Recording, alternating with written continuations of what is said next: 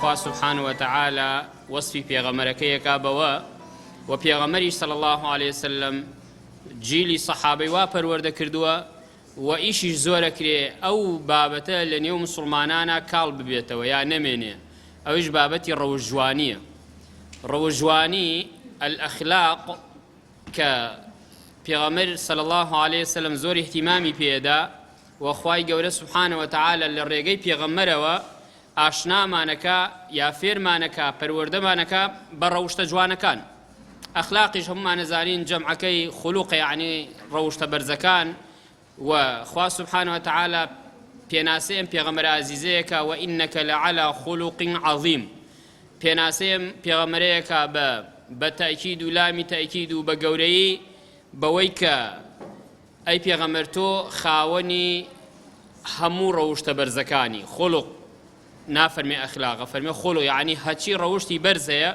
هەچی ڕەوشتی جوان هەیە لە تۆ هەیە ئەی پێغەمبەر صلی الله عليه وسلم ڕەوشت پێغەمبەر صلی الله عليه وسلم بە کاتێکەوە لە فرموودەکە فەرمێ ئەگەر کوڕێک هاتە داوای کچەکانتان دووشتی داناوە لە حەدیثێکا دەفەرمێ ڕازی بوون لە دینی و لە ئەخلاقی لە فەرموودێترا فەرمێ وەفا ئەخلاق و ڕەوشتی داناوە ئینجا کچەکانتانی بنێ بۆ لەبەرەوە ئینسان کە بە ئەخلاق و بە ڕەوش بوو ئەو کاتە تۆ کچەکەشتی تەسلیم کەی زەرەر ناکەی ئەو کاتە ڕێز لە کچەکەت ئەگرێ و پێغەمبەری صلی الله عليه وسلم سەحابەی وا پەروەردە کردبوو کاتێکەوە ئەبوو زەڕی غیفاری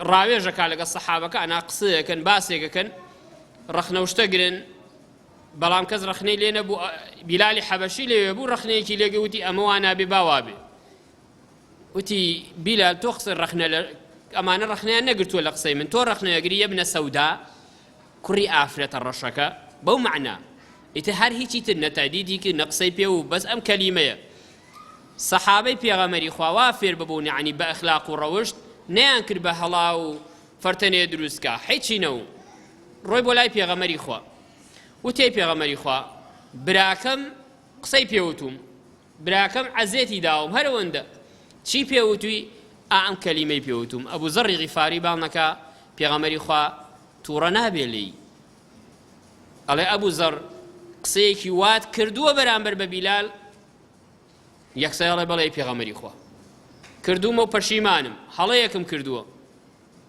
پێغەمبەری خوا پێ فەرمێ ئەبوو زەڕ هیچ تا هەندێک حاڵەتی نەفامی تیا ماوە هیچ تا ماوتە خۆت بگۆڕی ئاوا پێغەمبەری خوا جیلی سەحابەی پەروەردە کرد بۆیە ڕەوشت بەڕێزان ئەخلاق جوانی ئینسانی ئیماندار لەگەڵ ئیمانە فەرقەکەی ئەوەیە ئینسان ئیماندارە تۆ من هەر یەکێ لە ئاستی خۆمانەوە مسڵمانین لە بینی خۆمان و خوای گەورەیە ئیمانەکە لە دڵایە من سەرزارێکی نوێژەکەم و خۆما پیشانێ مسلمانم احتیمالەکە لە دڵی شەوانە بێ یا ڕیاییەکی تیا بێ بەڵام عمل بە دەرەوەیە عمل بە دەرەوەیە گە سەیری قورئانیشکەی خوا سبحانه وتعالى لقرآن فرمي إن الذين آمنوا وعملوا الصالحات إلا الذين آمنوا وعملوا الصالحات كاتي باسي إيمانك باسي عملك باسي كردوائك يعني كردوكان رنگدانوي روشت برزكاني إنسان إيمان دار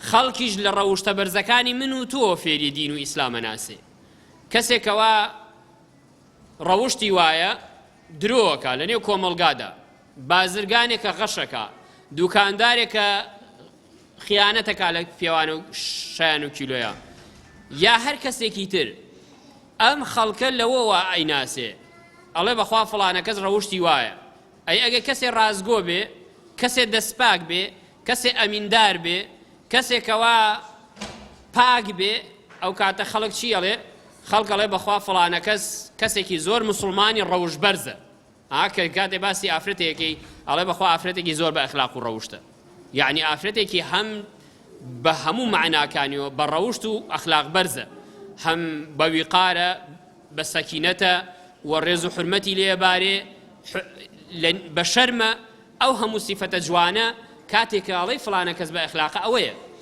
بۆیە ئەگە سەیری وڵاتانی دەرەوە بکەی ئەو ئەندەنوسیا وڵاتانەی کە مسلمان بوون بەهۆی چیوە مسلمان بوون؟ بەشێکیانەوە نەبووە بە زۆر مسلمان بن، بەشێکیانەوە نییە بە زۆر شەڕ و جەنگی تیابوو بێ، بەهۆی کۆمەڵی خەڵکی مسلمانی تاجرەوە مسلمان بوون، تاجری ڕازگۆ، بازرگانی ڕازگۆ. ئینسانی ئیماندار ئەگەر بە ئەخلاق و ڕەوش بوو، پێغەمبەری خوا صلی الله علیه وسلم زەمانەتی بۆوەکە. حەدیثەکەوە ئەفەرمێ پێغەمبەری خوا صلی الله علیه وسلم من زەمانەتی کەسێ دەکەم بەوەی بە کۆشک و تەلارە بەرزەکانی بەهەشتی بەنسیب بێ کەوا ئەخلاق جوان بێ، کەوا ڕەوش بەرز بێ. یعنی ئینسانی ئیماندار پێغەمبەری خوا خۆی وعدی داوە بەو کەسەی کە بە ئەخلاق و ڕەوشتی بەرزە زەمانی بەهەشتی بۆکە نەک هەر بەهەش، بەوەی خان و کۆشک و تەلاری بەرز و نایاب و جوان بەنسیبی بێ. بۆیە پێغەمبەر صلی الله عليه وسلم وەکو خۆی دەفەرمێ إنما بعثت لأتمم مكارم الأخلاق يا صالح الأخلاق. ئەفەرمێ من هاتووم بۆ ئەوەی تەواوکەری ئەخلاقە جوانەکان بم. نافەرمێ من هاتووم بڵێ کۆمەڵگای عەرەبی و جەهالەتی و کاتە هەمووی بەدڕەوەش بوون و ئەخلاقیان تیانە بوو. لە پێغەمبەری خوا ناوەشێتەوە، بەڵکو پێغەمبەری خوا صلی الله علیه وسلم فێرمانەکات لە ئەدەبی قسەکردنیشا. ئەفەرمێ من هاتووم بۆ ئەوەی تەواوکەری هەموو ڕەوشتە بەرزەکان بم.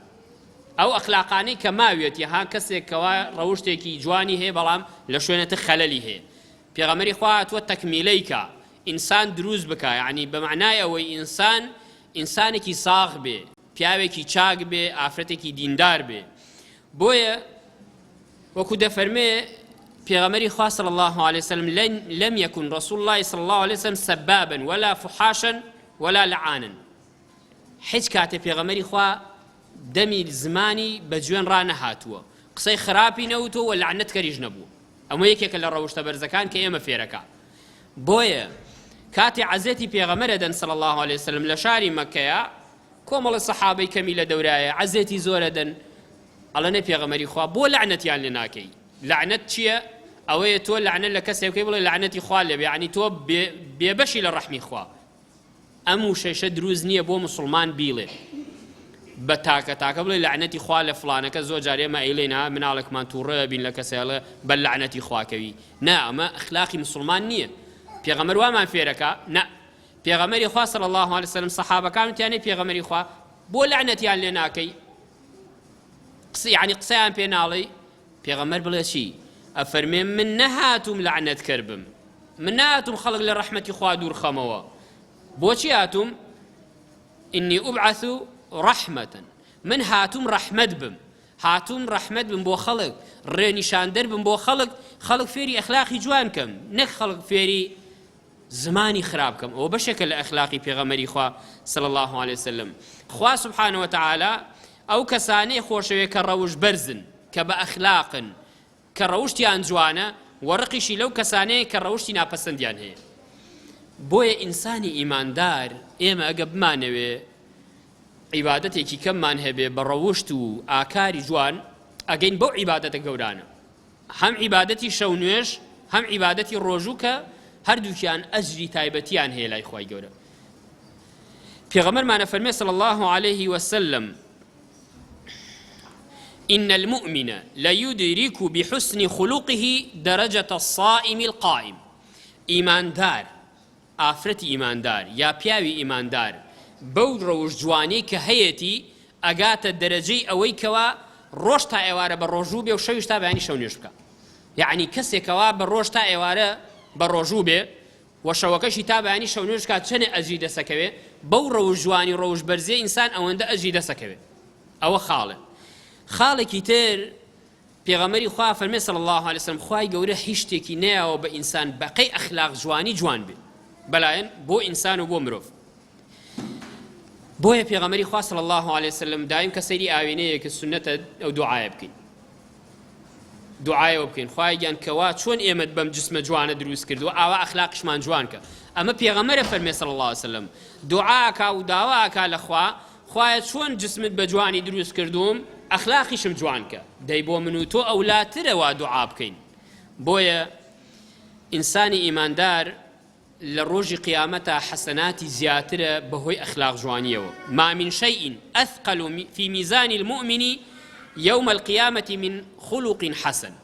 هیچ شتێک نییە بەقەدەر ئەخلاق جوانی لە ڕۆژی قیامەتدا لە تەرازوی ئینسانی ئیماندارە بەقەدەر ئەخلاق و ڕەوشتی بەرز گەورە بێ لای خوای گەورە و قرس بێ لای خوای گەورە، پەسەند بێ لای خوای گەورە. کەمالی ئینسان، تەکمیلەی ئیمانی ئینسان بەهۆی ئەخلاق جوانیەوەیە. پێغەمبەری خوا فەرمێ ئەکمەل المؤمنین ئەحسەنهم خولقا. تەواوترین ئیماندارتان کە ئیمانەکەی کامڵە ئەوەیە کەوا ئەخلاق جوانە، ڕەوش بەرزە، ڕەوشتە پەسەندەکانی تایە. ئەو کەسەی کە ئەخلاقی جوانە مستحقی بەهەشتە. پرسیاریان کرد وتیانەی پێغەمبەری خوا سوئیلە، پرسیاریان کرد لە پێغەمبەری خوای پێغەمبەری خوا زۆرینەی ئەهلی بەهەشت کامانن؟ کێن زۆرینەی ئەهلی بەهەشت؟ فەرمووی تەقوى الله وحسن الخلق. ئەو کەسانن کە خۆپارێزن، یعنی تەقوای خواکەن و پاشان ئەخلاق جوانیشن، یعنی ڕەوش بەرزن. ضرورە بۆ ئێمە ئیماندار بە تایبەتی خوشکانی بەڕێز و دایکانی بەڕێز کە ئەرکێکی قورستان لەسرە، باوکانیش بە هەمان شێوە، بەڵام دایکان بە تایبەتی چونکم دایک هەم مناڵ پەروەردەیەکە هەم ئینسان دروست ئەکا. بە تایبەتی لەم کاتەیە کە ئینسانی ئیماندار ئەرکێکی زۆرتری لەسرە لەم سەردەما بتوانین خۆمان بڕازێنینەوە بە هەموو ڕەوشتە بەرزەکان. وەکو شاعیر دەڵێ وإنما الأمم الأخلاق ما بقيت فإن هم ذهبت أخلاقهم ذهبوا. هەر میلەتێ، هەر ماڵێ، هەر شارێ ئەخلاقی لێکەیتەوە، ڕەوشتی لێکەیتەوە، ئیتر هیچی نامێنێتەوە، هەمووی ئەڕوا، هەمووی ئەڕوا. ڕەوشتی بەرزی ئەوەی کەوا معنای تێکەڵی کچ و کوڕە بە معنای جنسی و خیانەت و زینا، و ڕەوشتە بەرزەکانی تریش بە معنای ئەوەی کە ئینسان خۆی پارێزێ یا خۆی بڕازێنێتەوە. بەو ڕەوشتانی کە ئێستا باسمان کرد هەمووی هەم لە ڕووخۆشی کە پێغەمبەری خوا فەرمێ صلی الله علیه وسلم کاکە ئەگە پارەت پێ نییە بیبەخشی، ئەگە ناتوانی هاوکاریەکەی خۆ ئەتوانی فەبیکەلیمەتین طەیبەتین سەدەقە. کەلیمەیەکی خۆش کە بەرامبەر بە ئافرەتێکەیکەی، بەرامبەر بە گەنجێکەیکەی بۆ خۆت تۆ سەدەقەیەکت بۆ نووسێ. ئەم ئیسلامە زۆر فراوانە. پێغەمبەری خوا صلی الله علیه وسلم زۆر حەزی بەوەیە کە ئەم ئینسانە بچێتە بەهەشتەوە ئومەتەکەی. خوا لە بیانووە بۆ من و تۆ بمان خاتە بەهەشتەوە، ئەرکمان قورس ناکە.